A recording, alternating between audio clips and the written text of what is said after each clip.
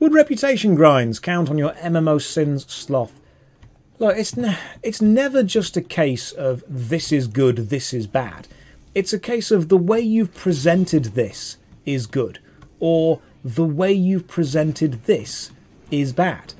You can have a good system presented in a bad way, and you can have a bad system presented in a good way. It's about the experience that the player has. When people say, our reputation grinds bad, it depends what exactly you're looking at. If it's a reputation-based, as a bear, if it's a reputation-based system where you have to do the same repetitive task again and again and again over hundreds of hours and nothing changes and there's no real gameplay there, then yeah, I can see why people would think that sucks. But if it's a case of you slowly become more well-known in a certain area by doing certain things, and this is generally a positive thing and you enjoy it, then yeah, cool. Grind does not necessarily imply negativity, because grinding on RuneScape gets you woodcutting, it gets you fishing. But you know what? People like that. People say it's relaxing and enjoyable. It's about setting the expectations for what you want the game to be. If you want a slow, relaxed, enjoyable... I mean, is it grindy to play Stardew Valley? Is it grindy to play any of the Harvest Moon? Is it grindy to keep fighting in Final Fantasy VII again and again and again in order to level up? Some people would say yes.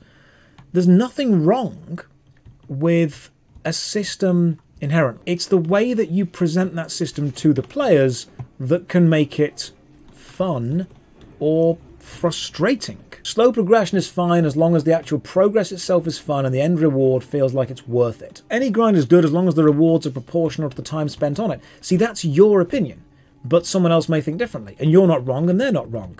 The problem with the MMO is that everyone thinks that there needs to be one MMO that everyone plays globally, and the reason this is such a prevalent attitude is, for a long time, there was. There was World of Warcraft, which took over, and then before that there was EverQuest, there was Ultima Online, there was Legends of Future Past, there was the Island of Kesmai, there were these old ones, things like that. And I even made a video a while ago saying, have too many MMOs ruined it? There's Meridian 59. Have too many MMOs ruined the entire genre, because it's a genre that succeeds when one or two games are popular because it's about bringing the community together. So the more you have, the more spread out it becomes. It's almost like football is an incredibly popular sport in England. It's probably one of the most popular sports. There are lots of other sports, but football is so big.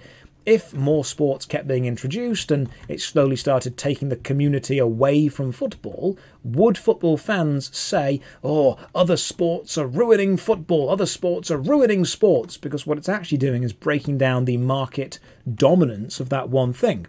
You don't need millions playing your game, but MMO players think that you do. People look at an MMO and say, this needs to be everything I want it to be forever. And if a new MMO comes out that's slightly better and takes away the player base, they say, oh, that's ruining it, that's killing this is dead.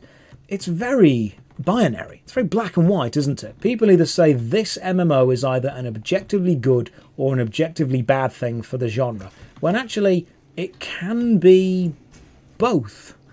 It can be in the middle. And that's part of the process of finding the nuance of it. I mean, people are saying New World's dead. No, it's not. It's not doing as well as we all thought it would do, but it does still have a player base. People are saying, oh, this is dead and that's dead.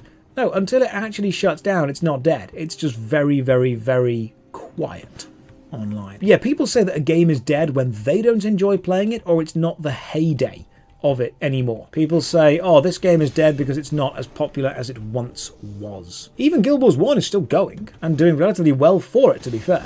The problem with a lot of MMO designers is the MMORPG is no longer one game forever. It's no longer every player finds their forever game. We are now in an audience kind of era where people will play different games. People will enjoy different experiences and have different adventures. And one of the big problems with that is when someone makes an MMORPG, especially a new developer, and they say things like, oh yeah, it's going to take you 5 years to max out your skills. Yeah, I get how that sounds cool to the really hardcore players, but you have to understand that most people aren't going to find that an attractive thing anymore. Saying that it's going to take you hundreds, in some case thousands of hours, isn't necessarily an appealing thought to a lot of players. And a lot of MMO newer designers, especially when they're trying to recreate hardcore old games, use this idea of, oh, it's so hardcore. And most people don't have that much free time anymore. A seriously long game does not mean a seriously good game. I mean, you can finish every quest in RuneScape within a couple of weeks if you really try. And if you say to someone, hey, yeah, you can get a quest cape in RuneScape in a couple of weeks, it's just tough. They go, oh no, I need a hardcore game, a longer game. Length to do something does not necessarily mean direct levels of enjoyment with it. Yeah, the Dying Light 2 completion time tweets. Oh yeah, didn't they say Dying Light 2 would take hundreds of hours to finish or something? It's ridiculous. They were like, oh yeah, to finish this game it would take you 500 hours. Okay, I mean, if it's 500 of the most amazing gameplay hours you've ever experienced, okay, cool. But I teach drama. And I've taught acting for a long time, and I've taught drama for a long time at every single level. And what happens all the time, this is a big thing for me, I will set whatever class I've got a task to create a short scene. And I'll say, you know, create a short scene based on this improv, based on that improv, based on this idea or that idea. And they often come back to me and they say, how long does it have to be? And I say, it has to be long enough to be good, but not too long to be boring. Would you rather go to the theatre and watch a 1 hour play that is absolutely brilliant and polished and fantastic and dense? Or would you watch a 10-hour play that's 1 hour's worth of content stretched over 10 hours? I'd go with the 1 hour play, because I would place quality over quantity. So, I mean, yeah, the Goes Wrong show. Absolutely perfect example. So when people say, oh, this game is 500 hours. Okay, I mean, Uncharted was 8, and that was fantastic. That was 8 hours of brilliance. Baldur's Gate is maybe 30 of brilliance. If you can condense your gameplay experience, Portal takes an hour into a small but really enjoyable, quick, dense, fast moment, you're going to go down. Yeah. God of War. The first and second God of War were not great. No, sorry, they were not long. They were great, but they weren't long. They were really good. They weren't long games. They didn't need to be. They wouldn't have been made any better by stretching the same amount of content over a longer time period. Portal 2 is 6 hours. Yeah. So when someone says, oh, this game is going to take thousands of hours of your time, do you understand how valuable my time is? Anyone's time. Your time is remarkably valuable. If someone wants to get 1 hour of it, they need to work for so long. If someone expects 500 hours of your time, how long do they need to work for that? It's a real shame. Your time, your free time, is limited and valuable. And when companies think they can put out a game, it's almost arrogant of companies to put out a game and think that you're still going to be playing it after 500 hours if they haven't made it the best they could possibly make it constantly forever. I find that a very arrogant way of looking at it. I mean, Bo Burnham put it perfectly. You know, Bo Burnham said he works for hundreds of hours to get the audience's attention for 1 hour. Engagement metric. Yeah, engagement. It's MMO players want a good online adventure. And there are many good online adventures out there. And MMO developers need to convince players that their adventure is the absolute best. But MMO developers are also aware of how difficult and complex MMO games are to make and how expensive they are and how much money they've got to claw back quickly. If a game is not good immediately, I judge, and I think this is crazy, but I judge games by a very similar metric to films, TV shows, and books. If it doesn't start well, that isn't a case of, well, it gets better. It's a case of it's actively chosen to leave subpar material into it. If the first half an hour of a film is shit, cut it out. Find a way to get the information that it was giving to you in a better way, in a different part of the film.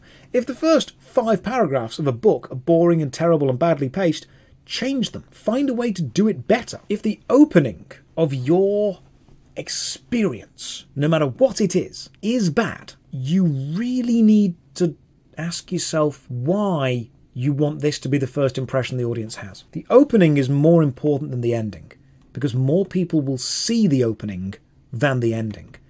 100% of people who attempt to experience your media will see the opening. Very, very few people will ever see the ending. So if you put the crap bit at the start, all you're guaranteeing is everyone who ever experiences your media gets to experience the crap bit. Only a few select people get to experience the good bit. Why don't you just put the good bit at the beginning? And then, why don't you make the middle also good, and then the end as good as you can? People always go, yeah, Game of Thrones. Game of Thrones started great, and then got crap. Which I think was great, because everyone got to experience the good bit. We all got to love the good bit together. Can you imagine if Game of Thrones started the first couple of seasons as it ends? The same quality of writing and acting and directing and whatnot. It wouldn't have got a third season. Game of Thrones started really strong season 1 to 5, and we all enjoyed it, and we all loved it, and we all have that memory. We can all laugh and we all joke. Do you like Game of Thrones? Oh, only seasons 1 to 5. Yeah, we all loved it. It was great. Hey, what's the best part of World of Warcraft? Oh, Wrath of the Lich King was amazing. Oh, yeah, we all loved that. Can you imagine if World of Warcraft's very first expansion was Battle for Azeroth? I don't think it would have done well. You know what starts really strong? The Witcher 3. What a great start. Killing the Griffin in that massive tutorial area, White Orchard. All of White Orchard is a massive tutorial. Brilliant start. Hey, you're a Witcher. Here's a sword. Here's another sword. Here's how you kill these guys. There's some potions. Put some potions onto your sword. Use your spells. Quick, flashback to when you're training with Ciri. Flash forward, go and hunt a griffin. Once you've hunted... You know, when I hunted the griffin, I thought that's got to be like half the game done. That's like 5% of the game. It's a tiny amount. And then all of White Orchard in The Witcher 3 is just a tutorial. The tutorial of The Witcher 3 is better than some full games. That's how good that bit is. It's brilliant. The Witcher 3 DLC is better than entire games. Like, Blood and Wine is fantastic. Heart of Stone is amazing. The Witcher 3 is a good example of make every bit of your game the best bit. Every bit of your game is the best bit. The Witcher 3 is a card game with a massive RPG tacked onto the side of it. That's what it is. Gwent. Gwent wasn't just a random afterthought. Gwent was a freaking great game.